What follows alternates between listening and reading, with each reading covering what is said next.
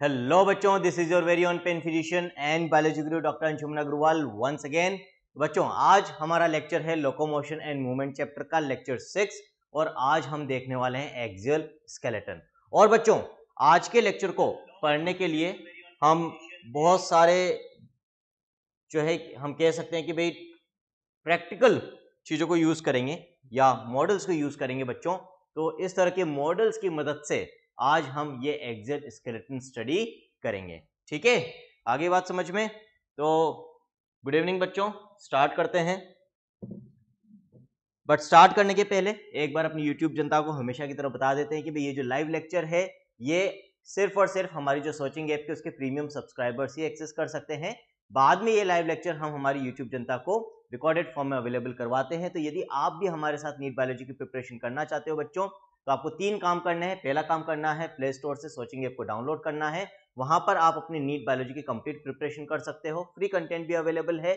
दूसरा काम क्या करना है बच्चों, आपको वीडियो के डिस्क्रिप्शन में टेलीग्राम ग्रुप का लिंक मिल जाएगा, उसको ज्वाइन करके आप वहां पर मुझसे अपने बायोलॉजी के डाउट्स पूछ सकते हो। तीसरा काम क्या करना है बच्चों, आपको चैनल को सब्सक्राइब करना है। तो आज का लेक्चर स्टार्ट करते हैं, दैट इज एक्सियल स्केलेटन। बच्चों, लास्ट लेक्चर में हमने स्केलेटल सिस्टम स्टार्ट करा था, इंट्रोडक्शन टू स्केलेटन सिस्टम मैंने आपको बताया था। वहां पर हमने एक तो डेवलपमेंट के बेसिस पे बोन्स के जो टाइप होते हैं वो पढ़े थे, दैट इज कार्टिलेजिनस और रिप्लेसिंग बोन्स।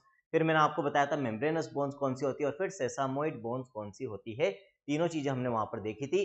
फिर हमने देखा था कि हमारा जो ह्यूमन स्केलेटन है उसमें 206 बोन्स होती है, जिसको हम 2 पार्ट में डिवाइड कर सकते हैं, एक्सियल स्केलेटन और अपेंडिकुलर स्केलेटन। एक्सियल स्केलेटन में मैंने कितनी बोन्स बताई थी बच्चों? Total 80 bones. और अपेंडिकुलर स्केलेटन में कितनी बताई थी? Total 126 bones. ठीक है, एक्सियल में कौन कौन से पार्ट इंक्लूड होते हैं वो भी हमने डिस्कस किया था। अपेंडिकुलर में कौन कौन से parts of the body include होते हैं वो भी हमने डिस्कस किया था। तो बच्चों, मैंने वहां पर आपको बताया था कि जो एक्सियल स्केलेटन होता है उसमें हम हमारे स्केलेटन सिस्टम के उन पार्ट्स को रखते हैं जो हमारी बॉडी की सेंट्रल एक्सिस, लॉन्जिट्यूडनल एक्सिस के अलोंग प्रेजेंट होते हैं बच्चों।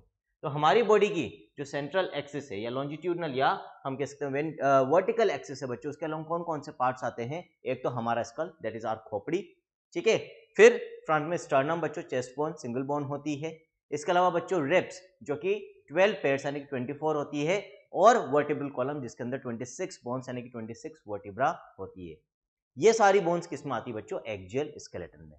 और फिर इस एक्सियल स्केलेटन से जो हमारे अपेंडिजेस जुड़े हुए हैं, अपेंडिजेस में क्या आते हैं बच्चों? अपेंडिजेस में हमारे अपर लिम्स, हमारे हाथ और हमारे लोअर लिम्स यानी कि हमारे पैर आते हैं। उनकी बोन्स किसका पार्ट होती है? अपेंडिकुलर स्केलेटन की। तो मैंने आपको बताया था अपर लिम्स में टोटल 60 बोन्स है, 30 हर अपर लिम्ब में बच्चों, हर हाथ में 30 बोन होती है, 60 तो ये हो गई 60। फिर ऐसे ही हर लोअर लिम्ब में यानी कि हर पैर में हमारे 30 बोन्स है, दोनों में मिलाकर अगेन 60, 120। और बच्चों, वो बोन्स जो हमारे लिम्स को, अपर लिम्स को और लोअर लिम्स को हमारे सेंट्रल एक्सिस के अलोंग जो एक्सियल स्केलेटन है उसके साथ कनेक्ट करने का जो काम करती है उनको हम कहते हैं गर्डल्स। तो एक तो शोल्डर गर्डल है जो हमारे अपर लिम्स को हमारी एक्सियल स्केलेटन से जोड़ के रखे हुए हैं। हाथ हवा में थोड़ी लटके हुए हैं, जुड़े हुए हैं ना भाई, ये इनडायरेक्टली हमारे एक्सियल स्केलेटन से एक कंटिन्यूटी है, बॉनी कंटिन्यूटी बनी हुई है। इसी तरह से हमारे जो दोनों पैर हैं ये भी हमारे एक्सियल स्केलेटन के साथ जुड़े हुए हैं। तो ये जो गर्डल्स होते हैं बच्चों, एक शोल्डर गर्डल और दूसरा हिप गर्डल, इन दोनों में मिलाकर 6 बोन्स होती है। अब इन गर्डल्स को मैंने आपको बोला था भाई, वैसे देखा जाए तो ये तो ब्रिजिंग का काम कर रहे हैं, जोड़ने का काम कर रहे हैं एक्सियल और अपेंडिकुलर स्केलेटन को। तो इनको अलग रखना चाहिए, लेकिन इनको किसमें इंक्लूड करते हैं बच्चों? हम अपेंडिकुलर स्केलेटन के अंदर इंक्लूड करते हैं, है ना। तो ये सारे पॉइंट्स आपको याद रखने हैं बच्चों, इनमें किसी तरह का कोई डाउट आई थिंक अब आपको नहीं होगा कि भाई कौन से पार्ट्स एक्सियल में आते हैं, कौन से अपेंडिकुलर में आते हैं। अब पहले आज के लेक्चर में हम एक्सियल स्केलेटन पढ़ेंगे बच्चों, और कल शाम का जो लेक्चर होगा, इस बार का जो टाइम टेबल आपको दिया गया है, जो ऐप पे भी हमने अपलोड कर दिया बच्चों, आपकी इन्फॉर्मेशन के लिए बता दूं जो प्रीमियम सब्सक्राइबर्स हैं कि ऐप पे एक और सेक्शन आपको डैशबोर्ड पर मिल जाता है जिसमें हर वीक का टाइम टेबल डाल दिया जाता है। वहां पर देख सकते हो कौन सी क्लास कब होनी है। कोई चेंजेस होते हैं तो रिवाइज्ड टाइम टेबल भी वहां पर फिर अपडेट कर दिया जाता है, चेंज कर दिया जाता है ना। जो भी लाइव लेक्चर्स हैं उनके लिंक आपको ऐप पे आई थिंक मिल ही जाते हैं, तो आप वहीं से एक्सेस कर लेते होंगे। वैसे हम लेक्चर के पहले आपको व्हाट्सएप के थ्रू भी ये सारे लिंक्स शेयर करते हैं बच्चों, ठीक है। तो आज के लेक्चर में एक्सियल स्केलेटन देखेंगे और कल भी हमारा एक्चुअली 11th का लेक्चर है शाम को, सुबह कल अपना 12th का लेक्चर है बच्चों, sexual reproduction flowering plant start कर रहे हैं, बॉटनी का चैप्टर। तो कल 2 लेक्चर्स हैं, सुबह 8 बजे भी और रात को 8 बजे भी है।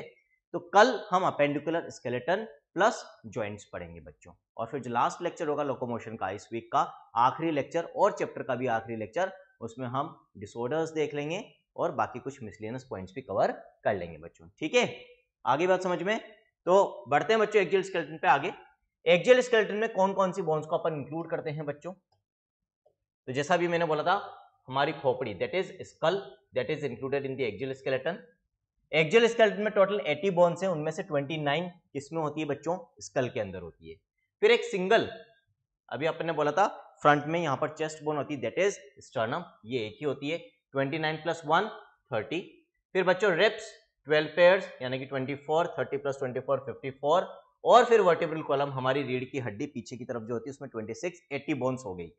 स्कल जो है बच्चों उसमें 29 बोन्स कैसे होती है? क्रेनियम 8 बोन्स, फेशियल बोन्स अभी देखेंगे सबको डिटेल में 14 बोन्स, ईयर ऑसिकल्स हमारे कान में होती है बच्चों, बताऊंगा अभी 6 बोन्स, और hyoid bone that is 1 bone. ठीक है, तो देखते हैं हम इसके बारे में। सबसे पहले अपन स्कल पढ़ेंगे, स्कल के बाद स्टर्नम, स्टर्नम के बाद रिब्स, और रिब्स के बाद वर्टिब्रल कॉलम। इस तरह से आज का लेक्चर हमारा आगे बढ़ेगा और खत्म होगा बच्चों। सबसे पहले स्कल की यदि हम बात करें तो स्कल में मैंने क्या बोला, 4 चीजें इंक्लूड हो रही है। क्रेनियल बोन्स इंक्लूड हो रही है, फेशियल बोन्स यानी कि फेस की बोन्स इंक्लूड हो रही है, कान की बोन्स यानी कि ईयर ऑसिकल्स इंक्लूड हो रही है, और एक और बोन जो फ्लोर ऑफ बकल कैविटी में होती है बच्चों, हायोइड बोन, वो भी इंक्लूड होती है। सबसे पहले बात करेंगे हम क्रेनियल बोन्स की और फेशियल बोन्स की। तो बच्चों ये क्या है? ये है हमारा स्कल, हमारी खोपड़ी। ठीक है, अब इस खोपड़ी में बच्चों ऊपर का जो पार्ट होता है ढक्कन की तरह, this is known as cranium और ब्रेन बॉक्स। क्यों? क्योंकि इसके अंदर क्या प्रोटेक्टेड है? हमारा ब्रेन प्रोटेक्टेड है बच्चों। ठीक है, इसके अंदर क्या प्रोटेक्टेड है? ब्रेन प्रोटेक्टेड है, इसलिए इसको हम ब्रेन बॉक्स या क्रेनियम भी कहते हैं। अब इस क्रेनियम में कितनी बोन्स आती है बच्चों? 8 बोन्स आती है। यदि हम इनको टोटल करेंगे तो कितनी हो जाएगी बच्चों? ये 8 हो जाएगी। ठीक है, तो देयर आर टोटल 8 बोन्स, यहां पर हम लिख सकते हैं there are total 8 bones in the cranium. कैसे है याद करनी है बच्चों अपने को। स्टार्ट करते हैं। देखो सबसे पहले मैंने क्या लिख रखी है? फ्रंटल बोन लिख रखी है। तो यहां पर बच्चों फ्रंट में, फ्रंटल फ्रंट, तो फ्रंट में ये जो लाइट ब्लू कलर की यहां पर अपन ने कलर्स कर रखे हैं, कलर्ड होती नहीं है बच्चों बोन्स, सिर्फ अंडरस्टैंडिंग के लिए कि अपन डिस्क्रिमिनेशन कर सकें, डिफरेंशिएशन कर सकें यहां पर स्टडी पर्पज से। तो जो लाइट ब्लू कलर से आपको एक सिंगल बोन दिख रही है, this is what? This is the frontal bone. ये फ्रंटल बोन है बच्चों, एक ही होती है ना, सिंगल बोन है।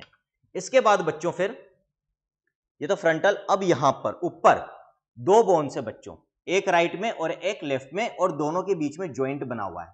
आगे भी ये दोनों बोन्स किसके साथ ज्वाइंट बना रही है बच्चों? फ्रंटल बोन के साथ ज्वाइंट बना रही है ना। तो ये जो 2 बोन्स है, एक राइट में और एक लेफ्ट में, इनको हम क्या बोलते हैं बच्चों? Parietal bones, these are 2 in number. उसके बाद फिर नेक्स्ट आ जाओ टेम्पोरल बोन्स। कौन सी है बच्चों? साइड में। यदि मैं ऐसे साइडवेज खड़ा हो जाऊं तो ये जो बोन है बच्चों,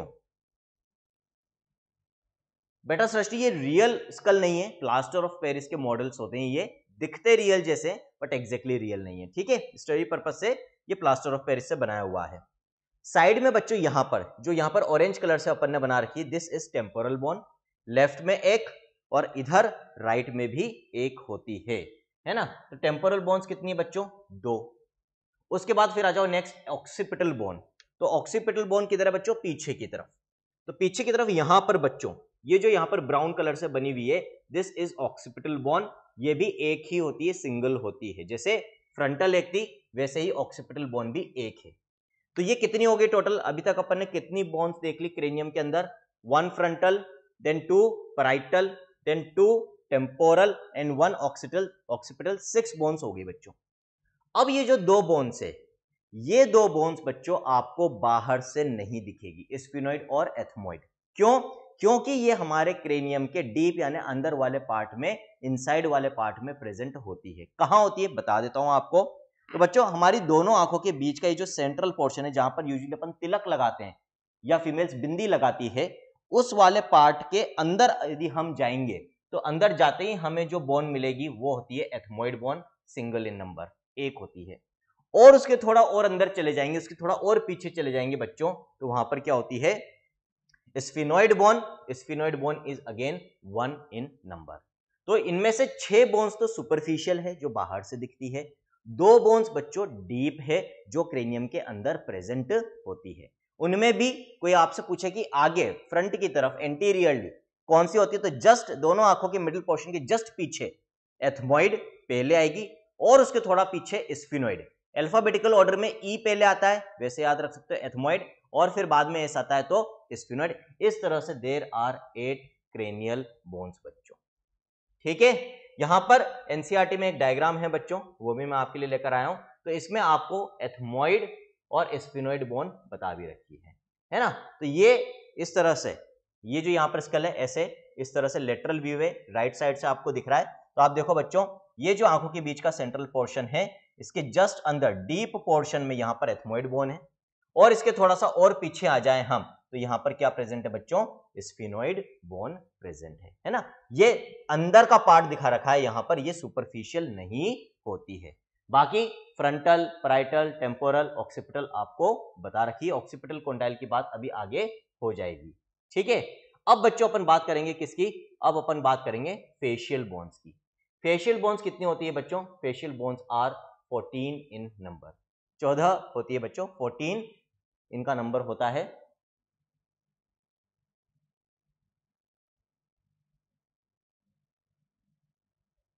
बड़ा एज सच बटरफ्लाई बोन अपन, ये जो कॉमन नेम्स होते हैं, ये कॉमन नेम्स ना तो याद करने हैं ना इन, मतलब आपको इनको फॉलो नहीं करना चाहिए।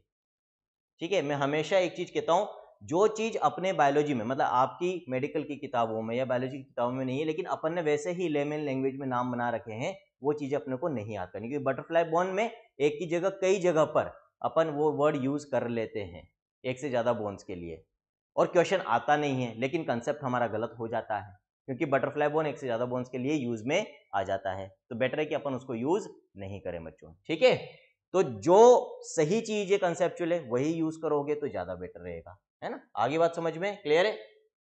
फेशियल बोन्स की बात करते हैं बच्चों। अब फेशियल बोन्स जो 14 होती है, उनमें से आप कैसे याद रखोगे, 2 तो होती है सिंगल, एक एक, है ना, और बाकी की जो 6 बोन्स होती है बच्चों वो पेयर में होती है, यानी कि 2 2 होती है।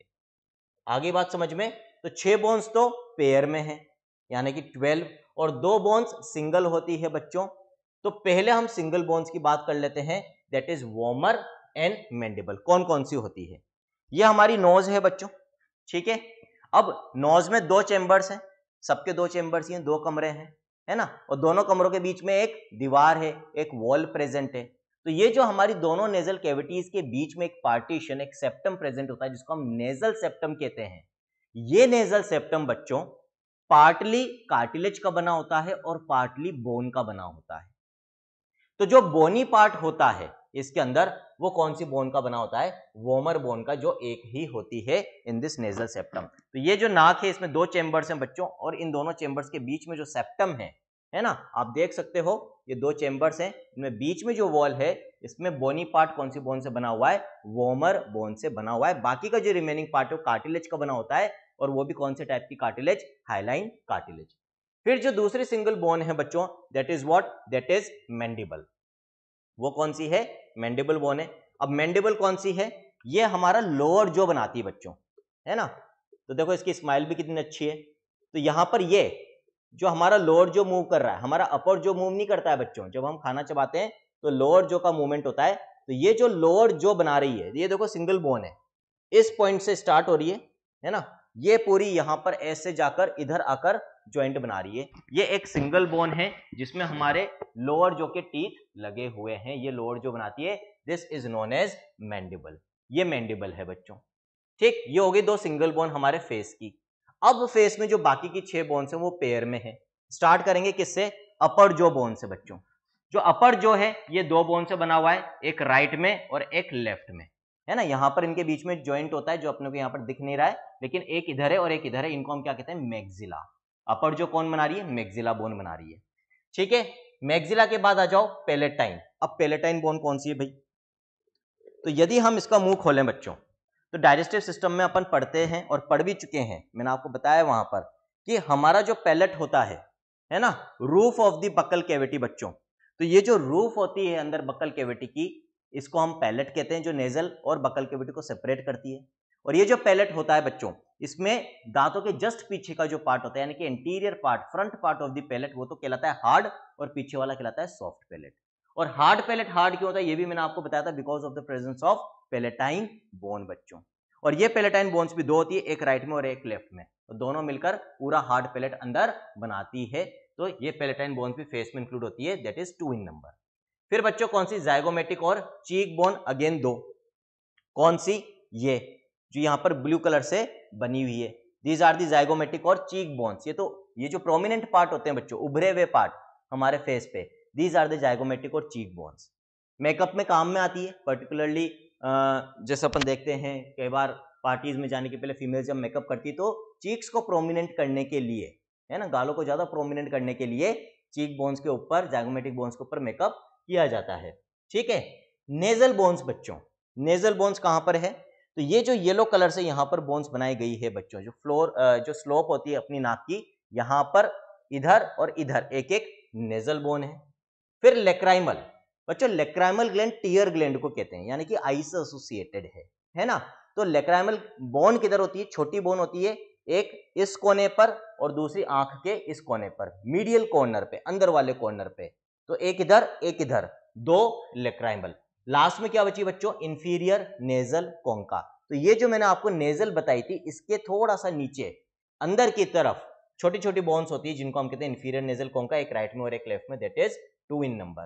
तो ये 6 तो पेयर्ड बोन्स हो गई, पेयर्ड यानी 12 हो गई, 6 यदि पेयर में है तो, plus 2 single bones, 14 bones are there in the face. तो आई थिंक जो फेशियल बोन्स है वो आपको समझ में आ गई होगी, और जो क्रेनियल बोन्स है वो भी अब आपको समझ में आ गई होगी, इसमें आई थिंक कोई डाउट नहीं बच रहा होगा। यदि बच्चों अभी इसमें कोई डाउट हो तो पूछ सकते हो, ठीक है, मैं वेट कर रहा हूं। यदि नहीं है तो क्लियर लिख दो, ताकि फिर अपन आगे बढ़ सके।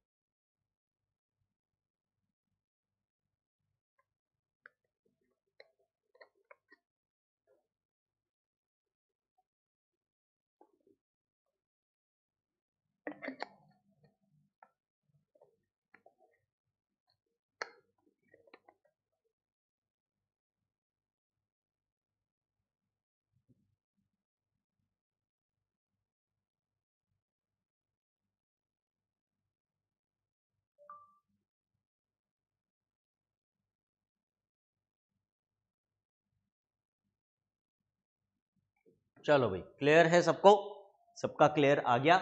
अब आगे बढ़ते हैं। अब इसके बाद बच्चों ईयर ऑसिकल्स की बात है। अब इसमें अपने को मॉडल की जरूरत नहीं है। अपने जो बच्चों ईयर्स हैं उनको हम 3 पार्ट में डिवाइड करते हैं, एक्सटर्नल, फिर उसके अंदर मिडिल, और सबसे अंदर इंटरनल। जो मिडिल ईयर वाला पार्ट है दोनों तरफ, उनके अंदर 3 छोटी छोटी बोन्स होती है, यानी कि राइट में भी 3, लेफ्ट ईयर के मिडिल पार्ट में भी 3 होती है। इनको हम कहते हैं ईयर ऑसिकल्स।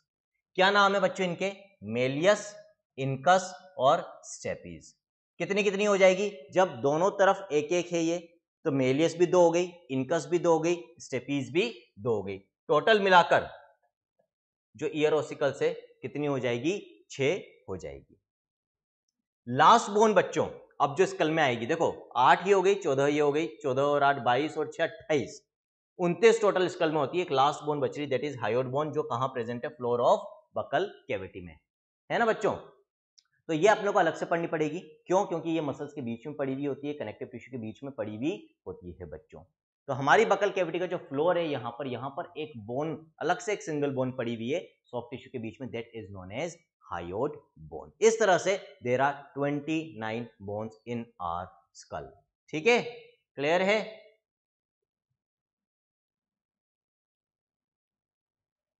तो ये तो बात होगी एक्सियल स्केलेटन के फर्स्ट पार्ट की, दैट इज स्कल।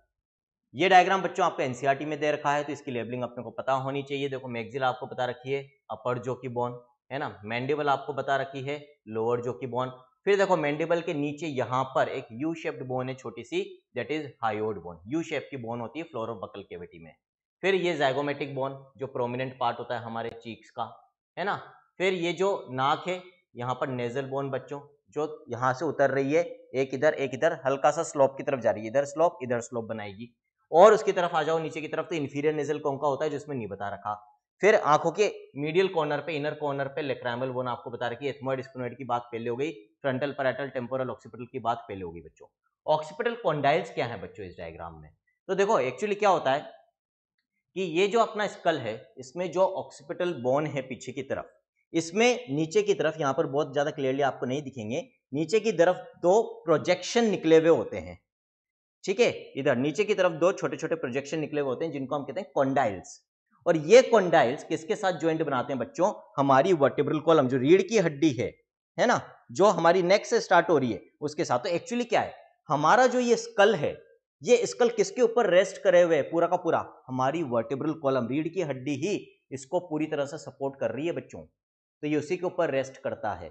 तो इन दो कॉन्डाइल्स की मदद से ये ज्वाइंट बनाता है with the first bone of the vertebral column, जिसको हम फर्स्ट सर्वाइकल वर्टिब्रा कहते हैं, उसका एटलस नाम होता है, अभी आगे आ जाएगी बच्चों। और क्योंकि हमारे स्कल की ऑक्सीपिटल बोन में दो कॉन्डाइल्स होते हैं जिनकी मदद से वो वर्टिब्रल कॉलम के साथ जुड़ता है, इसीलिए ह्यूमन स्कल डाइकोंडाइलिक स्कल क्या कहलाता है? डाइकोंडाइलिक। डाई मींस टू, आगे लिखा हुआ है नोट्स में आ जाएगा अभी, ये एनसीईआरटी ने भी दे रखा है, टर्म पूछा भी जाता है कि भाई ह्यूमन स्कल कैसा है, मोनोकोंडाइलिक यानी कि एक ही प्रोजेक्शन है ऑक्सीपिटल बोन में, या डाइकोंडाइलिक दो कॉन्डाइल्स हैं ऑक्सीपिटल बोन में, दो होते हैं, that is why human skull is called as dicondylic skull बच्चों, ठीक है। तो ये तो पूरी बात होगी, अब स्कल की कुछ भी नहीं बचा इसमें।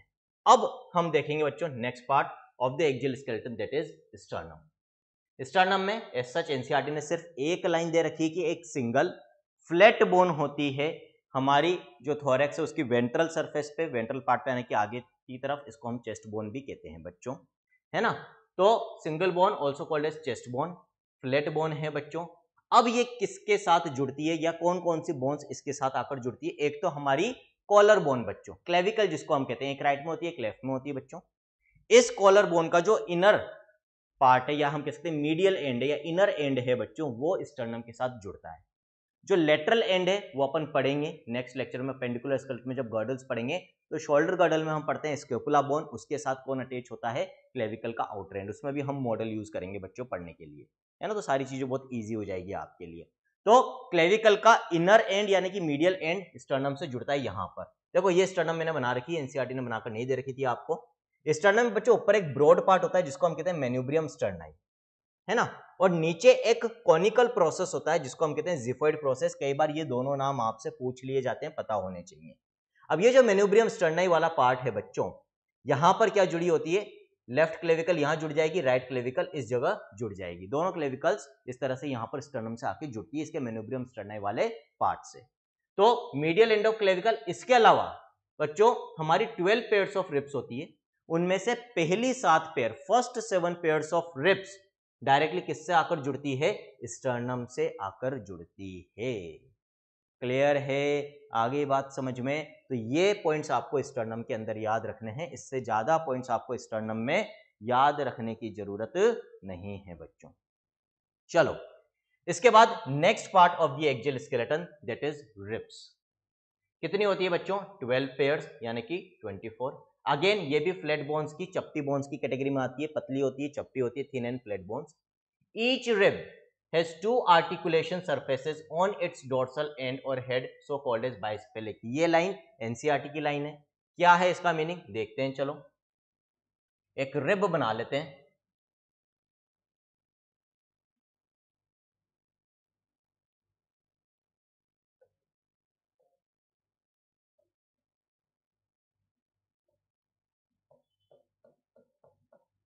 देखो बच्चों यहां पर मैंने एक रिब का एक सिंपल सा डायग्राम बनाया है।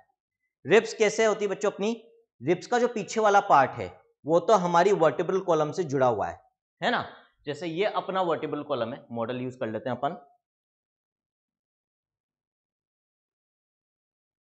ये अपना वर्टिब्रल कॉलम है, ठीक है। अब वर्टिब्रल कॉलम से जैसे अब ये फ्रंट का है ना, यदि मैं ऐसे खड़ा हो जाऊंगा तो आपको वर्टिब्रल कॉलम इस तरह से पीछे से दिखाई देगा। ये जो स्पाइन्स होती हैं ये पीछे की तरफ है। अब ये जो वर्टिब्रल कॉलम है, अभी अपन इसके बाद रिब्स के बाद वर्टिब्रल कॉलम ही पढ़ने वाले हैं बच्चों, उसमें हम पढ़ेंगे कि देयर आर 26 बोन्स। उनमें से जो फर्स्ट 7 होती है वो फर्स्ट 7 होती है सर्वाइकल, और उसके बाद बच्चों 12 होती है थोरेसिक। 1 2 3 4 5 6 7 8 9 10 11 12, ये क्या है? Thoracic vertebra 12। तो पहली थोरेसिक वर्टिब्रा से ही क्या स्टार्ट हो जाएगी जुड़ना, रिब्स। 12 पेयर से, 12 राइट में, 12 लेफ्ट में। तो फर्स्ट रिब जो है वो किससे जुड़ेगी, फर्स्ट थोरेसिक वर्टिब्रा से, सेकंड थोरेसिक वर्टिब्रा से, थर्ड थोरेसिक वर्टिब्रा से। तो पीछे तो ये पीछे वाला एंड है हमारे रिब का, ये पीछे किससे जुड़ा हुआ होगा बच्चों, वर्टिब्रल कॉलम से जुड़ा हुआ होता है। कौन सी वर्टिब्रा से जुड़ती है सारी की सारी रिब्स, थोरेसिक वर्टिब्रा से। रिब्स भी 12 पेयर्स, थोरेसिक वर्टिब्रा भी 12 होती है बच्चों, इनके साथ पीछे की तरफ यानी कि डोर्सली हमारी रिब्स जुड़ी हुई होती है। अब ये जो पीछे वाला एंड है बच्चों रिब्स का, जो वर्टिब्रल कॉलम से जुड़ता है यानी कि वर्टिब्रा से जुड़ता है, वो भी कौन सी, थोरेसिक के साथ। तो ये एंड कैसा है, बाइफर्केटेड, दो प्रोसेस निकले हुए हैं इसमें, है ना, यही चीज हमने यहां लिखी है। ईच रिब हैज टू, दो आर्टिकुलेशन सर्फेसेस, आर्टिकुलेशन का मतलब होता है ज्वाइंट, ज्वाइंट बनाना। तो दो आर्टिकुलेशन सर्फेसेस है यानी कि दो जगह से ये रिब का डोर्सल वाला एंड, पीछे वाला एंड वर्टिब्रा के साथ ज्वाइंट बनाएगा, अटैच होगा। तो क्योंकि दो प्रोसेस है तो वर्टिब्रा से दो जगह पर ये जुड़ेंगे, दो जगह आर्टिकुलेट होंगे, दो जगह ज्वाइंट बनाएंगे on it's dorsal and. Head भी कहते हैं बच्चों इस पीछे वाले एंड को, जो होता है रिब्स का, उसको हेड भी कहेंगे हम। इसीलिए हमारी रिब्स को हम क्या कहते हैं, हमारी रिब्स कहलाती है बाइसिफेलिक रिब्स। क्या कहलाती है बच्चों हमारी रिब्स, बाइसिफेलिक रिब्स, है ना। तो बाइसिफेलिक कहां से आया term, bi means two, cephalo word बच्चों हमेशा हेड के लिए यूज किया जाता है बायोलॉजी में, जहां जहां cephalo word, cephalic end towards the head, caudal end towards the tail, ये अपोजिट वर्ड्स होते हैं, सिफेलो टुवर्ड्स हेड या हेड, कॉडल टुवर्ड्स टेल या टेल। तो बाइसिफेलिक क्योंकि हेड बाइफर्केटेड है, दो प्रोसेस में डिवाइडेड है, that is why our ribs are called as bicephalic. अब बच्चों हमारी जो रिब्स है इनको हम तीन टाइप में डिवाइड करते हैं, ट्रू रिब्स और वर्टिब्रोस्टर्नल। इसके बाद बच्चों अपन देखेंगे फॉल्स रिब्स और वर्टिब्रोकॉन्ड्रल रिब्स, एंड तीसरा टाइप बच्चों अपन देखेंगे फ्लोटिंग रिब्स। क्या होते हैं ये तीनों टाइप, देख लेते हैं, एक एक करके तीनों की बात करेंगे। सबसे पहले बात करेंगे ट्रू रिब्स की। जो पहले 7 पेयर्स होते हैं बच्चों हमारे रिब्स के, इनको हम कहते हैं ट्रू रिब्स।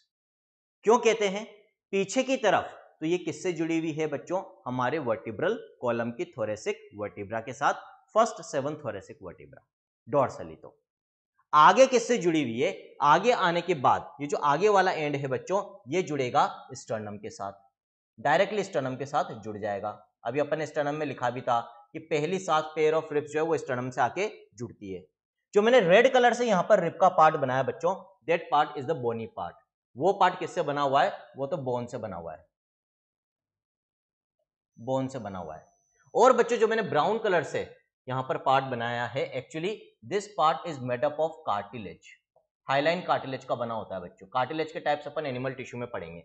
और रिब से जो कार्टिलेज जुड़ी हुई होती है, ध्यान रखना, रिब के साथ, हमारी पसली के साथ, रिब को हिंदी में पसलियां भी कहते हैं बच्चों, रिब के साथ जो कार्टिलेज जुड़ी हुई होती है उसको हम कहते हैं कोस्टल कार्टिलेज। क्या कहते हैं बच्चों, कोस्टल कार्टिलेज। तो यहां पर ये जो रिब आगे की तरफ स्टर्नम से जुड़ेगी तो directly bone to bone joint नहीं बनता, स्टर्नम बोन की बनी हुई है, स्टर्नम एक बोन है ना, रिब अगेन बोन की बनी हुई है, लेकिन बोन टू बोन ज्वाइंट नहीं बनेगा। जो रिब है उसके एंड पे एक छोटा सा टुकड़ा होगा कार्टिलेज का, और वो स्टर्नम से आकर जुड़ता है। क्या रीजन है इसका, कोई बता सकता है, बताओ यदि पता हो तो चलो, कि भाई यहां पर ये कार्टिलेज की प्रेजेंस होने का कारण क्या है, एनीवन?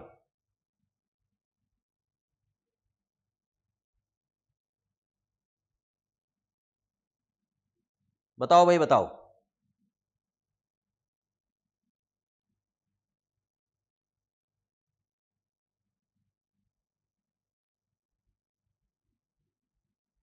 रेस्पिरेशन, ठीक है, कैसे एक्सप्लेन करो थोड़ा सा, चलो मैं बताता हूं, चैट में थोड़ी दिक्कत आती है आप लोग को आंसर देने में। देखो बच्चों, जब हम ब्रीदिंग करेंगे तो हमारा चेस्ट इन्फ्लेट होता है, फिर डिफ्लेट होगा, इन्फ्लेट, ठीक है, तो एक्सपेंशन होता है चेस्ट का। इसी तरह से कई एक्शंस, यदि मैं ऐसे कर रहा हूं तो यहां पर चेस्ट वॉल एक्सपेंड हो रही है बच्चों, खिंच रही है रिब्स बाहर की तरफ। यदि स्टर्नम और रिब्स के बीच में बोन टू बोन ज्वाइंट होता तो वहां रिजिडिटी ज्यादा होती, फ्लेक्सिबिलिटी कम होती, और हम जब हमारा चेस्ट एक्सपेंड करते हैं इस तरह से तो इस ज्वाइंट के टूटने के चांसेस ज्यादा हो जाते हैं, इंजरी होने के चांसेस ज्यादा हो जाते हैं।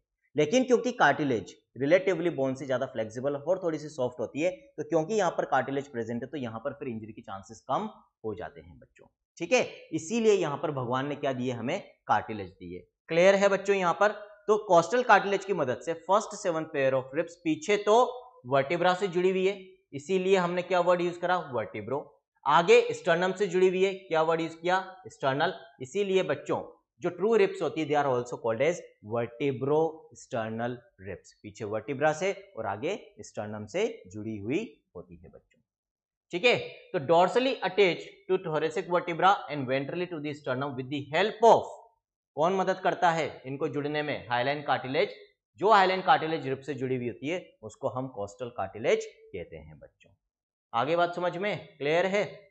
और जो थोड़ी देर पहले सिमरन ने क्वेश्चन कहा था, जिसके लिए मैंने कहा था कि भाई बटरफ्लाई बोन एक से ज्यादा जगह पर यूज होता है, तो आज होमवर्क में मैं आपको ये दे रहा हूं, इनकम्प्लीट आंसर मैं आपको दूंगा, क्योंकि जो मोस्ट कॉमनली यूज होता है टर्म जिस बोन के लिए वो तो मैं आपको बता दूंगा, लेकिन आपको क्या ढूंढ के लाना है कि और कौन सी जगह पर ये वर्ड यूज में आता है ना, बटरफ्लाई शेप किस जगह पर यूज में आता है। तो वैसे तो बच्चों साइंटिफिक नहीं है ना, एज सच एस्टेब्लिश्ड नहीं है कि हाँ कि भाई साइंटिफिकली ये वर्ड यूज होना चाहिए, मैंने पहले कह दिया, लेमन लैंग्वेज में बनाया गया टर्म है because of the resemblance.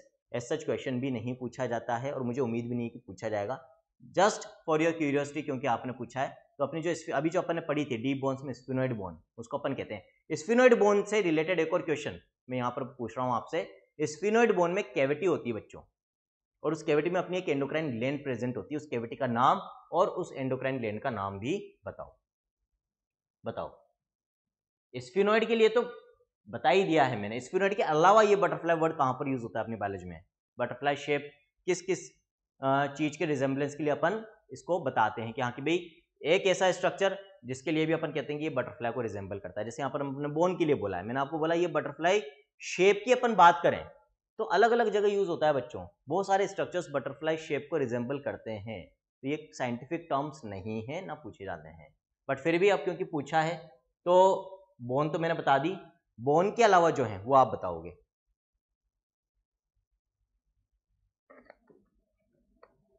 Very good Simran, Simran ने से बताया कि जो स्फिनोइड बोन है उसमें कैविटी होती है सेला टर्सिका कैविटी, और उसमें हमारी ग्लैंड प्रेजेंट होती है पिट्यूटरी ग्लैंड, जो अपन एंडोक्राइन सिस्टम के अंदर पढ़ेंगे बच्चों। चलो दूसरी तरह की रिप्स जो है बच्चों फॉल्स रिप्स और वर्टिब्रोकॉन्ड्रल। कौन कौन सी होती है, 8th 9th and 10th pair. First 7 तो क्या थी, ट्रू रिप्स थी, 8th 9th and 10th pair क्या है बच्चों, वर्टिब्रोकॉन्ड्रल या फॉल्स रिप्स। वर्टिब्रोकॉन्ड्रल क्यों बोला है, डोर्सली तो देखो सब थोरेसिक वर्टिब्रा, पीछे की तरफ से तो हमारी सारी रिप्स थोरेसिक वर्टिब्रा से जुड़ी होगी फ्रॉम T1 टू T12, यानी कि first thoracic vertebra to 12th thoracic vertebra. आगे की तरफ डिफरेंस है, फर्स्ट 7 पेयर्स स्टर्नम से जुड़ी हुई थी with the help of costal cartilage. अब बच्चों जो 8th 9th और 10th वाली है ये किससे जुड़ती है, 7th रिब के साथ। देखो इसको ऐसे समझेंगे हम, अपन एक बार बना लेते हैं।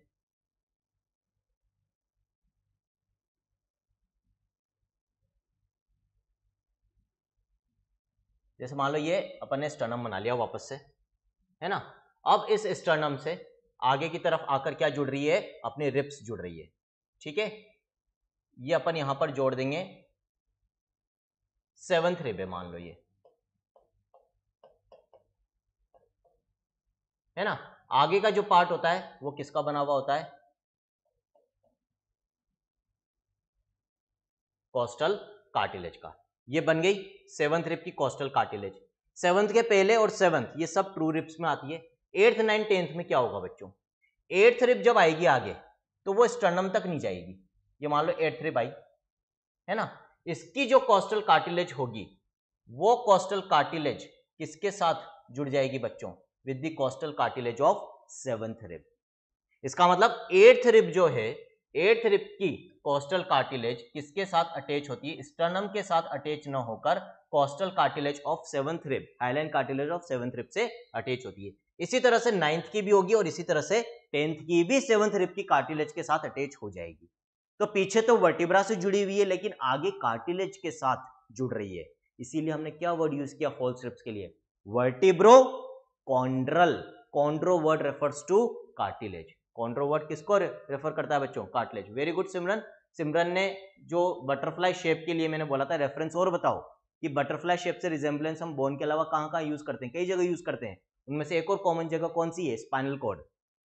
अब स्पाइनल कॉर्ड में बताओ व्हाइट मैटर या grey matter?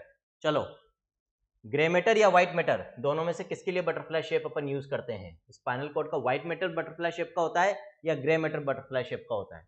Next, floating ribs, last type of ribs जो है बच्चों 11th और 12th। पीछे again thoracic vertebra, thoracic 11th, thoracic 12th vertebra के साथ जुड़ी हुई होगी, है ना, लेकिन आगे का जो एंड होता है इनका फ्री होता है। जो हमारी 11th और 12th रिब्स होती है बच्चों, इनके जो आगे वाले एंड्स होते हैं ये किसी भी स्ट्रक्चर के साथ जुड़े हुए नहीं होते, क्योंकि इनके आगे के एंड्स फ्री हैं, तो इसीलिए इन रिब्स को हम क्या कहते हैं? फ्लोटिंग रिब्स कहते हैं बच्चों। ठीक है, तो आई होप यहां तक वेरी गुड सिमरन। जो ग्रे मैटर है स्पाइनल कॉर्ड का, उसके लिए हम बटरफ्लाई शेप के साथ रिजेंबलेंस यूज करते हैं। अब देखो वहां पर एच शेप भी यूज किया जाता है, उसको एच शेप भी बोला जाता है। चलो ठीक है ना। इस तरह से और भी 2-3 जगह है जहां पर बच्चों अपन बायोलॉजी में बटरफ्लाई शेप के साथ रिजेंबलेंस बोलते हैं, but again not scientific, not established, not मतलब ऐसा कोई फैक्ट नहीं माना जाता है ये, और इसीलिए क्वेश्चन के फॉर्म में आता भी नहीं है। चलो last part of axial skeleton अपन देखेंगे, vertebral column. Vertebral column dorsally placed है, रीढ़ की हड्डी, वर्टिब्रल कॉलम रीढ़ की हड्डी पीछे की तरफ है। ठीक है, made up of 26 vertebra, 26 bones की बनी हुई होती है जो एक सीक्वेंस में अरेंज होती है, सीरियली अरेंज होती है। In the language of NCERT, NCERT ने लिख रखा है सीरियली अरेंज 26 वर्टिब्रा। कहां से कहां तक एक्सटेंड करती है बच्चों? बेस ऑफ स्कल, अभी मैंने बोला था ना,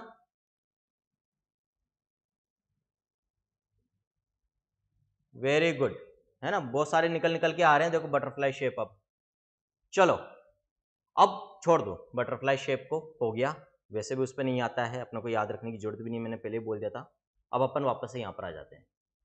मैं यदि इस तरह से खड़ा हो जाऊं तो ये व्यू अभी अपने को हमारी वर्टिब्रल कॉलम का दिख रहा है। हमारा जो स्कल है वर्टिब्रल कॉलम के ऊपर पड़ा हुआ है ना। जो फर्स्ट वर्टिब्रा होती है C1, सर्वाइकल 1 जिसको हम कहते हैं, जिसका नाम एटलस भी होता है बच्चों, उसके साथ ये जो यहाँ पर छोटी सी बोन अभी बना रखी ना, ये ऑक्सीपिटल बोन बना रखी बच्चों छोटी सी। तो ये जो ऑक्सीपिटल बोन है जो स्कल का ही एक पार्ट है, इस ऑक्सीपिटल बोन का अटैचमेंट किसके साथ हो रहा है?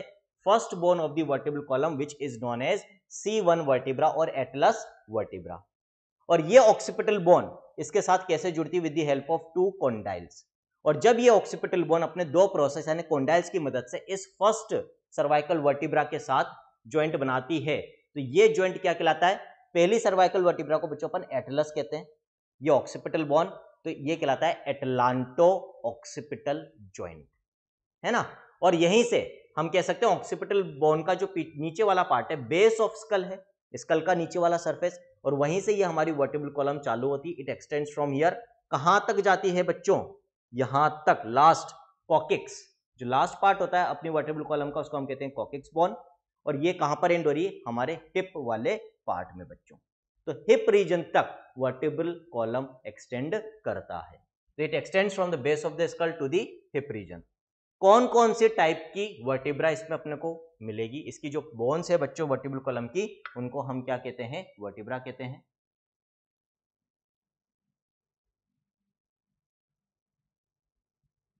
हाँ बेटा, ये जो जिफॉइड प्रोसेस है ये स्टर्नम का ही पार्ट होता है ना। केशव पूछा है कि सर ये जो जिफॉइड प्रोसेस है ये आपने क्या बना रखा है?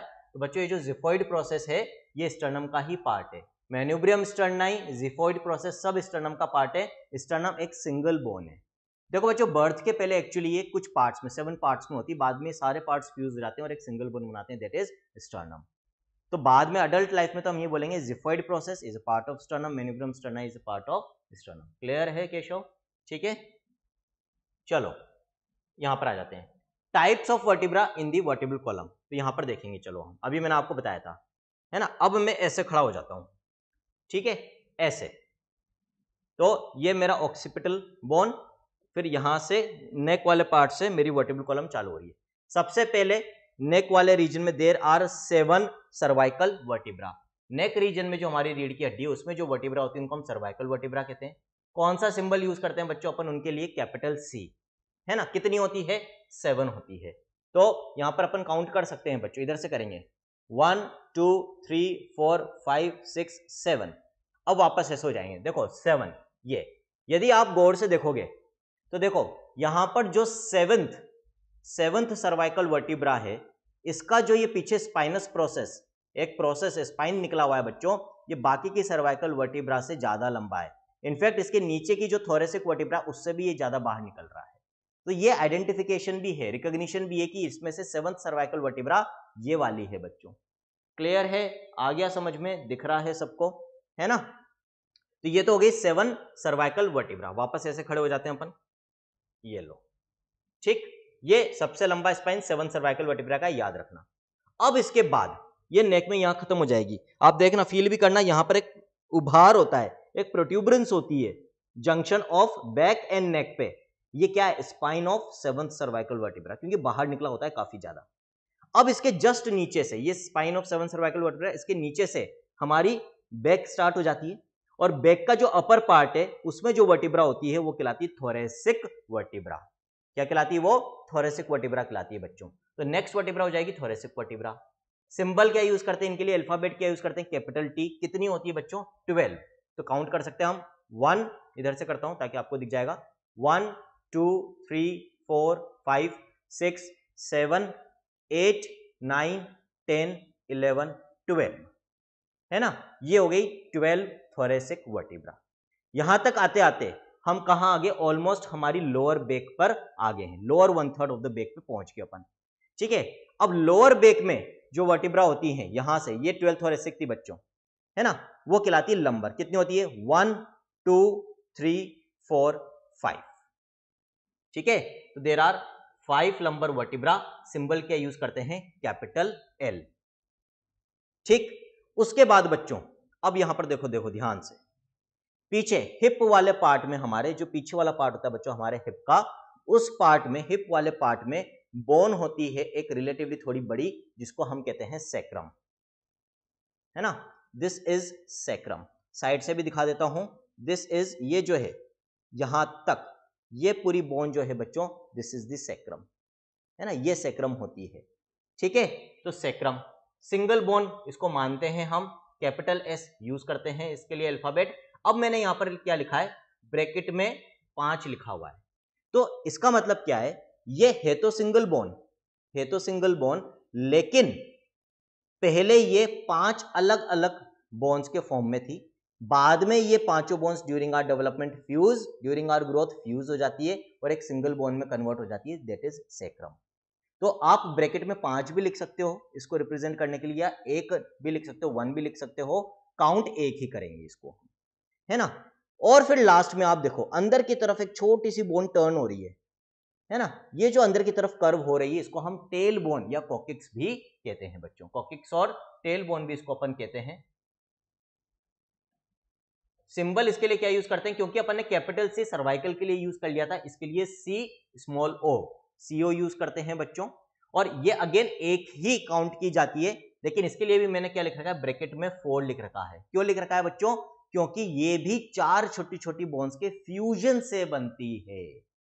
मैंने लास्ट लेक्चर में बताया भी था कि at the time of birth number of bones ज्यादा होता है, बिफोर बर्थ और ज्यादा होता है, लेकिन जैसे जैसे हमारी ग्रोथ होती है बोन्स फ्यूज हो जाती है, जिसके कारण से नंबर रिड्यूस होकर अल्टीमेटली फाइनल नंबर कितना हो जाता है? 206 बोन्स रह जाती है बच्चों। तो ऐसे रहती है, पहले सैक्रम 5 थी, बाद में 1 बन गई फ्यूज होकर, कॉकिक्स 4 थी, बाद में फ्यूज होकर 1 बन गई। तो बच्चों ये सारी जो वर्टिब्रा है हमारे वर्टिब्रल कॉलम के, आई थिंक अब आपको समझ में आ गई होगी। कोई डाउट हो तो बच्चों पूछ लेना साथ के साथ। तो अब हम क्या लिख सकते हैं? हमारी जो वर्टिब्रल कॉलम है उसका फॉर्मूला लिख सकते हैं। ये पूछा जाता है कई बार, तो कैसे लिखते हैं फॉर्मूला? अल्फाबेट्स के साथ लिखते हैं। Cervical 7 C7, thoracic 12 T12, lumbar 5 L5, sacrum is 1 S1 and coccyx bone is again 1 CO1। या फिर आप कैसे लिख सकते हो बच्चों? C7 T12 L5, S में 1 की जगह ब्रैकेट में 5 लिख दो। ऑटोमेटिकली अंडरस्टूड है कि ये एक बोन है जो 5 के फ्यूजन से बनी है, और कॉकिक्स में CO ब्रैकेट में 4 लिख दो। इसका मतलब single bone formed by the fusion of 4 bones. आ गया समझ में? This is the formula of vertebral column. चलो भाई, अब एनसीईआरटी ने आपको वर्टिब्रल कॉलम में बहुत ज्यादा चीजें नहीं दे रखी, जो दे रखी थी वो तो ऑलमोस्ट सारी मैंने आपको बता दी है। अब ये कुछ एक्स्ट्रा पॉइंट्स हैं जो एनसीईआरटी में ज्यादातर इनमें से नहीं है लेकिन पूछे जाते हैं, देखेंगे बच्चों। ये तो है कि almost all mammals have 7 cervical vertebra. बच्चों मैमल्स का कैरेक्टरिस्टिक फीचर माना जाता है ऑलमोस्ट सभी मैमल्स में जो सर्वाइकल वर्टिब्रा होती है गर्दन में जो होती है वो 7 ही होती है, लेकिन कुछ एक्सेप्शंस भी हैं। उनमें से एक एक्सेप्शन आपसे जो पूछा जा सकता है that is sea cow. It is a mammal, इसमें 8 या 9 सर्वाइकल वर्टिब्रा देखने को मिलती है, जनरली 8 होती है बच्चों, ठीक है। फिर फर्स्ट सर्वाइकल वर्टिब्रा यानी कि जो C1 होती है उसको हम क्या नाम देते हैं बच्चों, that is called as atlas. और जो सेकंड सर्वाइकल वर्टिब्रा होती है C2 उसको हम क्या नाम देते हैं बच्चों, एक्सिस। एटलस और एक्सिस दोनों ही वर्टिब्रा का स्ट्रक्चर एक बाकी की जो वर्टिब्रा होती है उनके जैसा नहीं होता, इसलिए इनको हम अटिपिकल, अलग हटकर मतलब अटिपिकल वर्टिब्रा भी कहते हैं बच्चों। तो ये जो C1 और C2 है जिनको हम एटलस या एक्सिस कहते हैं, ये यूजुअली सर्कुलर होती है, राउंड इन शेप होती है बच्चों, है ना। अब इनके बारे में कुछ चीजें हैं। The skull articulates with the C1 of vertebral column with the help of 2 occipital condyles, इसीलिए हमारे स्कल को डाइकोंडाइलिक स्कल कहते हैं, to form atlanto occipital joint. ये तो मैंने अभी आपको एक्सप्लेन कर दिया था। ये ऑक्सीपिटल बोन, इसमें 2 प्रोसेस यानी कि 2 कॉन्डाइल्स होते हैं। जो पहली वर्टिब्रा है C1 एटलस उसके साथ ज्वाइंट बनाते हैं ताकि हमारा स्कल हमारी वर्टिब्रल कॉलम से जुड़ जाए। This joint is known as atlanto occipital joint. हाँ बिल्कुल बेटा, एज बढ़ रही है तो साइज तो बढ़ती है ना, 18-20 साल तक तो लेंथ बढ़ती है और उसके बाद गर्थ बढ़ती है, विड्थ बढ़ सकती है ना, मोटाई बढ़ सकती है, लेकिन 18-20 साल की एज के बाद लेंथ नहीं बढ़ेगी। तो यदि अपन सिर्फ साइज बोलें तो हाँ, size of bones can increase, width में बढ़ सकती है, गर्थ यानी कि मोटाई में बढ़ सकती है। हाँ, लेंथ 18 से 20 की एज तक ही बढ़ती है बच्चों। क्लियर है? ठीक है, चलो आगे बात समझ में यहां तक, एटलांटो ऑक्सीपिटल ज्वाइंट। अब ये जो बच्चों एटलांटो ऑक्सीपिटल ज्वाइंट है जो ऑक्सीपिटल बोन और फर्स्ट सर्वाइकल वर्टिब्रा के बीच में बन रहा है, इसी ज्वाइंट पे कौन सा मूवमेंट होता है, ये वाला यस मूवमेंट, है ना। ये यस मूवमेंट कौन से ज्वाइंट पे हो रहा है बच्चों, yes movement occurs at atlanto occipital joint. Yes movement occurs at atlanto occipital joint. फिर जो C2 है बच्चों, C2 vertebra, second cervical vertebra, उसको हम क्या नाम देते हैं, axis, that is called as axis. और इस एक्सिस में एक प्रोसेस होता है दैट इज ओडोंटोइड प्रोसेस। अब इसको समझेंगे बच्चों, अपन इजी वे में समझने की कोशिश करते हैं। चलो देखो बच्चों, जो पहली सर्वाइकल वर्टिब्रा है दैट इज एटलस, वो गोल होती है इस तरह से, है ना, ये हो गई, ठीक है। ये गोल ऐसे दिखा रहा हूं, अब इसको मैंने ऐसे कर दिया है ना, ये गोल हो गई। क्लियर? अब तो दिख रही है सबको, फिंगर्स हटा देता हूं मैं। This is circular vertebra, first cervical vertebra that is Atlas. इसके नीचे कौन सी है, एक्सिस, ये भी गोल होती है। और ये जो नीचे एक्सिस होती है ना बच्चों, इसकी जो आगे वाली बॉर्डर है, इससे ऊपर की तरफ एक प्रोसेस निकला हुआ होता है, जैसे यहां पर ये निकला हुआ है पेन, है ना। और ये जो ऊपर की तरफ प्रोसेस निकला हुआ है फ्रॉम दी एक्सिस यानी कि C2 vertebra, this process is called as odontoid process. अब ये प्रोसेस क्या करता है, ये नीचे वाली एक्सिस यानी कि C2 है, इसका ऊपर एक प्रोसेस निकला हुआ है ओडोंटोइड प्रोसेस, इसके ऊपर कौन सी वर्टिब्रा है बच्चों, C1 वर्टिब्रा यानी कि एटलस। तो नीचे जो एक्सिस है C2 वर्टिब्रा, उसका जो प्रोसेस निकला हुआ है ऊपर ओडोंटोइड प्रोसेस, ये ओडोंटोइड प्रोसेस किसके साथ ज्वाइंट बनाता है, C1 यानी कि एटलस के साथ। और इस ज्वाइंट पे ओडोंटोइड प्रोसेस के अलोंग जो C1 वर्टिब्रा है वो ऐसे रोटेट करती है ना। C1 इज एटलस, और इसी एटलस के साथ ऊपर क्या जुड़ा हुआ है, खोपड़ी जुड़ी हुई है, स्कल जुड़ा हुआ है with the help of occipital condyles. तो जब एक्सिस के ओडोंटोइड प्रोसेस के अलोंग C1, ये जो ज्वाइंट बना रही है यहां पर ओडोंटोइड प्रोसेस के साथ C1, इसके अलोंग जब ये रोटेट करेगी तो इसके साथ साथ क्या रोटेट होगा, हमारा स्कल, हमारी खोपड़ी भी रोटेट होगी बच्चों। और ये मूवमेंट क्या कहलाता है, नो मूवमेंट, मना करने के लिए जिसको हम यूज करते हैं। तो कोई आपसे यदि पूछे ये जो rotatory movement of the skull है, नहीं करने वाला, नो करने वाला, ये कौन से ज्वाइंट पे हो रहा है, कौन सी 2 बोन्स के बीच में यहां पर ज्वाइंट बन रहा है, joint between C1 and C2, odontoid process of C2 and C1 के बीच में। C1 का नाम एटलस, C2 का नाम एक्सिस, क्या कहलाएगा ये ज्वाइंट बच्चों, atlanto axial joint. No movement कहां होता है, एटलांटो एक्सियल ज्वाइंट पे होता है बच्चों। तो with the help of odontoid process, axis vertebra forms atlanto axial joint with the C1 vertebra, और इस पर नो मूवमेंट होता है बच्चों। यहां तक कोई डाउट हो तो बता दो, नहीं तो क्लियर लिख लो। है ना। कोई भी डाउट हो पूछ सकते हो, नहीं तो फिर क्लियर लिख दो, आगे बढ़ते हैं। अब ये भी आपको एनसीईआरटी ने देखा है कि अपन एक जनरल स्ट्रक्चर देखें वर्टिब्रा का, जो कि ज्यादातर वर्टिब्रा में देखने को मिलता है अटिपिकल को छोड़ के, तो वो ये होता है बच्चों हर वर्टिब्रा में। अब यहां पर ये मैंने आपको कैसे दिखाया है, ये जो ओरिएंटेशन है, व्यू है, किस तरीके का व्यू है, देखो ये अभी अपन, मैं ऐसे खड़ा हो जाऊं तो पीछे वाला व्यू है हमारी वर्टिब्रा का, है ना। पीछे की तरफ जो प्रोसेस निकला हुआ है, this is the spinous process, ये तो ये व्यू कैसा है। और देखो ये साइड में जो प्रोसेस निकले हुए हैं, ये साइड में और ये साइड में प्रोसेस जो निकले, दीज आर ट्रांसवर्स प्रोसेस। तो ये व्यू कैसा है बच्चों, इस तरीके से। यदि मैं ऐसे कर दूं तो देखो स्पाइन चला गया नीचे, ट्रांसवर्स प्रोसेस चले गए साइड में, और ये जो ब्रॉड पार्ट है जो आगे की तरफ होता है बच्चों, ये आ गया ऊपर, है ना। तो ऊपर जो ये ब्रॉड पार्ट हो रहा है इस जगह से, ये ओरिएंटेशन है, आई थिंक समझ में आ गया होगा सबको।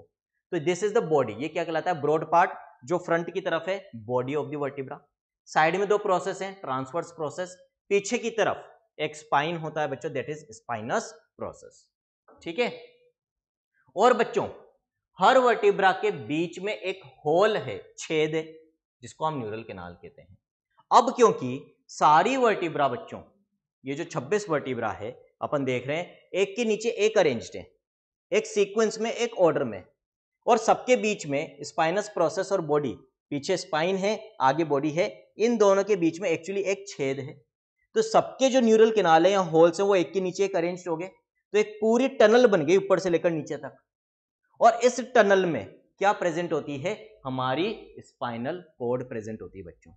तो देखो ऊपर जो क्रेनियम था उसमें ब्रेन है, ब्रेन ही नीचे कंटिन्यू करता है, और कैसे कंटिन्यू करता है, ये जो बेस ऑफ स्कल है बच्चों, हमारे स्कल का बेस, ऑक्सीपिटल बोन के नीचे का पार्ट, यहां पर एक होल होता है, that is known as foramen magnum, और उस छेद में से ब्रेन टिश्यू नीचे की तरफ निकलता है into the neural canal of vertebral column.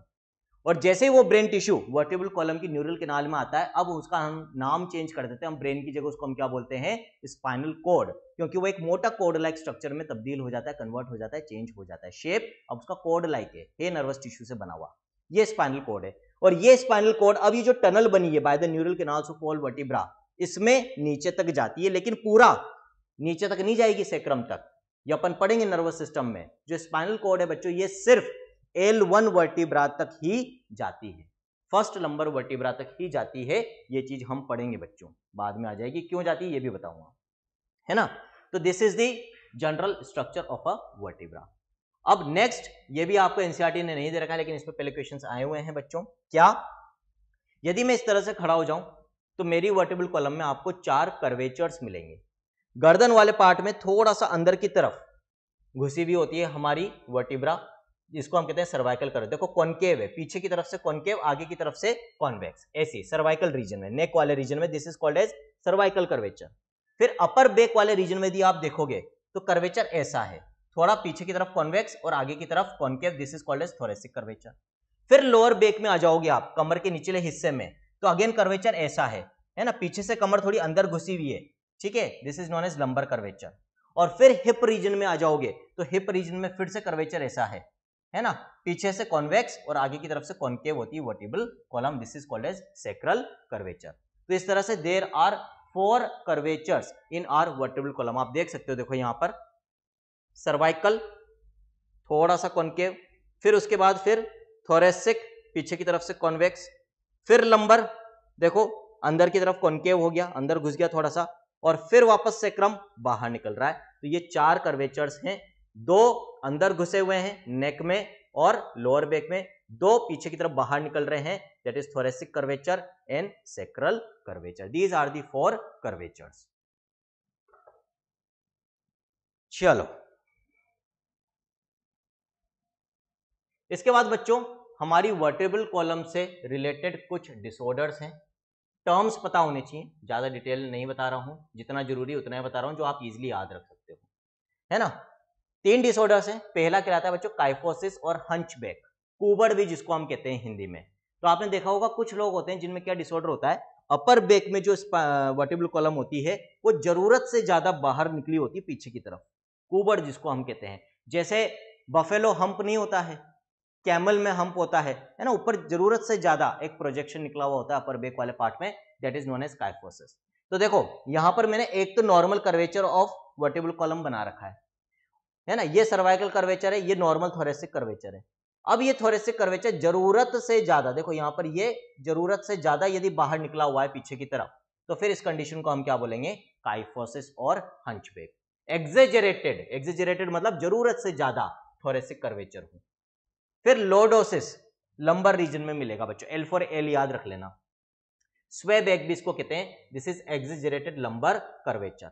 Normal lumbar curvature देखो ये बना रखा है जो अंदर की तरफ होता है ना, निचली कमर में अंदर की तरफ घुसी हुई है जो वर्टिब्रल कॉलम है, लेकिन ये और ज्यादा अंदर घुस जाए तो फिर इस कंडीशन को हम क्या कहते हैं बच्चों, लॉर्डोसिस या स्वे बैक कहते हैं। आपने देखा होगा यूजुअली जिनका वेट ज्यादा होता है उनमें ये कॉमनली देखने को मिलता है। क्यों, लोअर बैक पे वजन बहुत पड़ता है बॉडी का, जिसके कारण से जो वर्टिब्रल कॉलम है उसका कर्वेचर अंदर की तरफ बढ़ जाता है। नॉर्मली ये चेंज कब देखने को मिलता है, फीमेल्स में प्रेगनेंसी के दौरान भी, है ना। प्रेगनेंसी के दौरान क्या होता है, जैसे जैसे बेबी का साइज बढ़ता है 5वें 6ठे महीने के बाद पेट निकलता है बाहर और पीछे से कमर होती जाती है अंदर, है ना, वो लेडी फिर ऐसे ऐसे ऐसे ऐसे चलती है, तो वहां पर भी लॉर्डोसिस हो रहा है, but that is not abnormal lordosis बच्चों, दैट इज नॉर्मल। कोई भी चीज, कोई भी चेंज जब बॉडी में नॉर्मली होता है because of the requirement at that time, pregnancy वक्त ये रिक्वायरमेंट है कि लॉर्डोसिस हो। क्यों, यदि लॉर्डोसिस नहीं होगा प्रेगनेंसी के वक्त तो बैलेंस नहीं बनेगा बॉडी का, चल ही नहीं पाएगी प्रॉपर्ली फीमेल बैलेंस बनाकर, है ना। सेंटर ऑफ मास का यहाँ पर रोल आप पढ़ते हो फिजिक्स में, तो उसको बनाए रखने के लिए, बैलेंस को बनाए रखने के लिए लॉर्डोसिस जरूरी है ड्यूरिंग प्रेगनेंसी। जब भी कोई change normally due to the normal requirement of the body होता है उसको हम कहते हैं फिजियोलॉजिकल चेंज। तो प्रेगनेंसी में जो लॉर्डोसिस होगा दैट इज फिजियोलॉजिकल, जो चीज अब नॉर्मल होती है उसके लिए हम बॉडी में यूज करते हैं पैथोलॉजिकल चेंज। तो during pregnancy there is physiological lordosis not pathological, जो after the delivery of the baby धीरे धीरे वापस से सही हो भी जाता है बच्चों। क्लियर है। सिमरन कह रही क्या सर बेड पोस्चर से भी, बिल्कुल बेड पोस्चर से भी काइफोसिस और लॉर्डोसिस दोनों हो सकते हैं, लेकिन बेड पोस्चर से बहुत ज्यादा नहीं होंगे, हाँ थोड़ा बहुत डेफिनेटली हो सकते हैं। इसीलिए कहते हैं आप स्ट्रेट बैठा करो, आपके पेरेंट्स आपको टीचर्स टोकते भी हैं कई बार, है ना, उसका रीजन यही है बच्चों, है ना। तो ये तो दो तो कर्वेचर्स के हो गए अपने, लॉर्डोसिस काइफोसिस। अब तीसरा जो डिसऑर्डर है वर्टिब्रल कॉलम से रिलेटेड दैट इज स्कोलियोसिस। अब स्कोलियोसिस क्या है, जैसे यदि मैं इस तरह से सीधा खड़ा हूं, है ना, फ्रंट मतलब आपको सॉरी बैक मेरा दिख रहा है, टेढ़ा नहीं खड़ा हुआ, लेटरल व्यू नहीं है इस तरीके से। तो अब इस समय यदि मैं आपसे पूछूं कि जो मेरी वर्टिब्रल कॉलम है बिल्कुल सेंटर में होनी चाहिए या अभी भी कोई कर्वेचर होना चाहिए साइडवेज, तो कर्वेचर जो थे वो तो ऐसे थे, है ना। ऐसे यदि हम खड़े हो जाएंगे तो उस केस में तो बिल्कुल मिडिल में अपनी वर्टिब्रल कॉलम होनी चाहिए, है ना। कहां होनी चाहिए, बिल्कुल मिडिल में। देखो यहां पर मैंने डायग्राम बना रखा है, लेकिन यदि मान लो ये दोनों में से किसी एक तरफ कर्व ले ले, इधर की तरफ डेविएट हो जाए या उधर की तरफ डेविएट हो जाए, तो उस केस में इस डिसऑर्डर को बच्चों अपन क्या बोलते हैं, that is known as scoliosis. उस केस में फिर हम इस डिसऑर्डर को स्कोलियोसिस कहते हैं। तो स्कोलियोसिस क्या हो जाएगा, लेटरल और sideways deviation of spine, lateral और साइडवेज डेविएशन ऑफ स्पाइन, है ना। क्लियर। ये डिसऑर्डर्स पूछे जा सकते थे, टर्म्स पूछे जाते हैं, कई किताबों में एमसीक्यूज में दे रखे हैं, कई प्लेटफॉर्म्स के टेस्ट सीरीज में भी आते हैं। हमें नीट में कोई भी क्वेश्चन ऐसा नहीं छोड़ना है या ऐसी कोई गुंजाइश नहीं छोड़नी है पढ़ते वक्त कि हम कोई क्वेश्चन नहीं निकाल पाए। तो मेरी कोशिश ये कि भाई एनसीईआरटी तो हम पूरी कवर कर ही रहे हैं, हर चीज हर लाइन, लेकिन साथ के साथ जो चीजें एनसीईआरटी के बाहर से आ सकती है बच्चों वो भी मैं सारी आपको पढ़ा रहा हूँ, नोट्स में भी दे रहा हूँ, है ना। और मोटिव अपना क्या है कि अपना हर सोचिनियन सेलेक्ट हो। जो भी सोचिंग ऐप के थ्रू पढ़ रहे हैं या मेरे चैनल के थ्रू पढ़ रहे हैं, एटलीस्ट बायोलॉजी में उनके मार्क्स 340 प्लस आए, ये अपना टारगेट है। और आएंगे, देखना, यदि ईमानदारी से पढ़ोगे मेहनत करोगे तो डेफिनेटली आएंगे बच्चों। Lastly functions of vertebral column, ये एग्जैक्टली मैंने वही लैंग्वेज यूज करी है जो एनसीईआरटी में गिवन है बच्चों। आपको स्पाइनल कॉर्ड को प्रोटेक्ट कर रहा है, जो न्यूरल कैनाल में रन कर रही है, जो नर्वस टिश्यू है बच्चों अपना। सपोर्ट्स द हेड, हेड इसके ऊपर रेस्ट करता है। Serves as the point of attachment for the ribs and muscles of the back, ribs भी अटैच हो ही रही है पीछे थोरेसिक वर्टिब्रा से, मसल्स भी इससे अटैच होती है बच्चों। एक और चीज आपको यहां पर बताता हूं कि देखो जो अपनी स्पाइनल कॉर्ड है ना बच्चों, वो तो दिखेगी नहीं यहां पर क्योंकि वो तो अंदर की टनल में, लेकिन आपको देखो इस मॉडल में कुछ येलो कलर के स्ट्रक्चर्स दिख रहे होंगे, साइड में निकल रहे हैं दोनों तरफ, है ना। यहाँ पे देखो सेक्रम के होल्स में से भी निकल रहे हैं। These are what?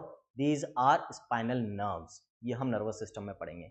Spinal cord से नर्व्स निकलकर, जैसे यदि अपन सर्वाइकल और थोरेसिक रीजन से बात करें तो यहां से जो स्पाइनल नर्व्स निकलती है हमारे हाथों में जाती है। लंबर रीजन से जो निकल रही है, सेक्रल रीजन से जो निकल रही है हमारे पैरों में जाती है बच्चों, है ना। ये स्पाइनल कोड से ही निकल रही है। कहां से निकल रही है? दो वर्टिब्रा के बीच में फोरामेन होता है जिसको बच्चों अपन कहते हैं इंटर वर्टिब्रल फोरामेन, वहां से निकलती है।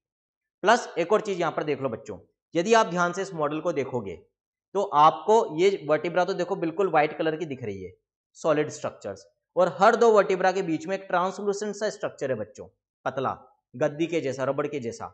ये क्या है? Inter vertebral disc. हर दो वर्टिब्रा के बीच में एक सॉफ्ट स्ट्रक्चर बना होता है which is made up of fibro elastic cartilage, है ना। मेनली फाइब्रस कार्टिलेज का बना होता है। कार्टिलेज से बनी हुई गद्दी होती है, पेड होता है, एक डिस्क होती है, इसको हम कहते हैं इंटर वर्टिब्रल डिस्क। क्यों प्रेजेंट होती है बच्चों? एक तो हम थोड़ा मूवमेंट कर पाए वर्टिब्रल कॉलम का, है ना, बेंडिंग कर पाए। दूसरा, कहीं से भी मतलब यदि मान लो अपन जंप लेते हैं, जंप लेंगे तो ऊपर से नीचे की तरफ एक कंप्रेशन फोर्स लगती है अपनी वर्टिब्रल कॉलम के ऊपर। अब यदि ये सारी वर्टिब्रा एक के ऊपर एक बोन टू बोन अटैच्ड होती तो फ्रैक्चर होने के चांसेस बढ़ जाते, लेकिन क्योंकि इनके बीच में एक फ्लेक्सिबल गद्दी है बच्चों, तो वो इस कंप्रेशन फोर्स को, शॉक जो आ रहा है उसको एब्जर्व कर लेती है ना। इस कारण से फ्रैक्चर होने के चांसेस वर्टिब्रल कॉलम में कम हो जाते हैं बच्चों। सो एक्सियल स्केलेटन में जो जो भी आपसे पूछा जा सकता था, जो जो भी आपको एनसीईआरटी में दे रखा है और जो भी एनसीईआरटी के बाहर से आ सकता था, वो सारी चीजें मैंने आपको बता दी है ना। तो आज का लेक्चर यहीं खत्म करेंगे। कल रात को अपेंडिकुलर स्केलेटन और साथ में जॉइंट्स, दो चीजें हम पढ़ेंगे बच्चों। कल सुबह 8 बजे sexual reproduction in flowering plant start हो रहा है, फर्स्ट लेक्चर। अभी तक 5 चैप्टर्स हम जुनून बैच में कंप्लीट कर चुके हैं और 2 जोश बैच में बच्चों। जोश 11th और जुनून 12th और ड्रॉपर्स का बैच है। 11th में 2 चैप्टर्स कंप्लीट हुए, living world, digestion and absorption. Digestion and absorption अपना आप में एक लंबा चैप्टर था, ठीक है। इसके अलावा 3 चैप्टर्स अपन ने 12th के कर लिए, reproduction in organism, human reproduction and reproductive health. Sexual reproduction वाला होते ही, सेक्सुअल रिप्रोडक्शन फ्लावरिंग प्लांट्स होते ही हमारी एक यूनिट 12th की पूरी कंप्लीट हो जाएगी। और लोकोमोशन एंड मूवमेंट में सिर्फ 2 लेक्चर्स बचे हैं, एक कल हो जाएगा और फिर एक लेक्चर बच्चों अपना फ्राइडे के दिन रहेगा, ठीक है। तो इस वीक अपना एक और चैप्टर खत्म हो जाएगा, यानी कि फिर 3 11th के और 3 12th के 6 चैप्टर्स हमारे कंप्लीट हो चुके होंगे। इसी तरह से आगे बढ़ते रहेंगे। टारगेट है डॉक्टर बनना, मैं बन चुका हूं, अब आपको बनाना है बच्चों।